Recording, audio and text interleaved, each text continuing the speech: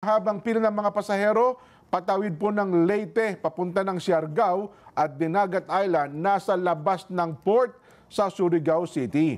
James Juanite magbabalita. James, magandang hapon.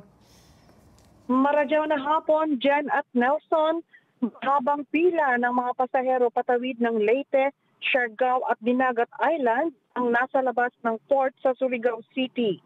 Kalalabas lang ng advisory mula sa Philippine Coast Guard ang pahintulot sa pagbabalik ng biyahe.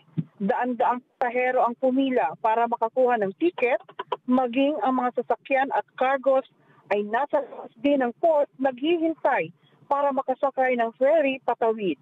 Mahigpit na binabantayan ng Philippine Coast Guard ang mga sasakyang pandagat na sundin ang passengers limit para maiwasan ang problema sa biyahe.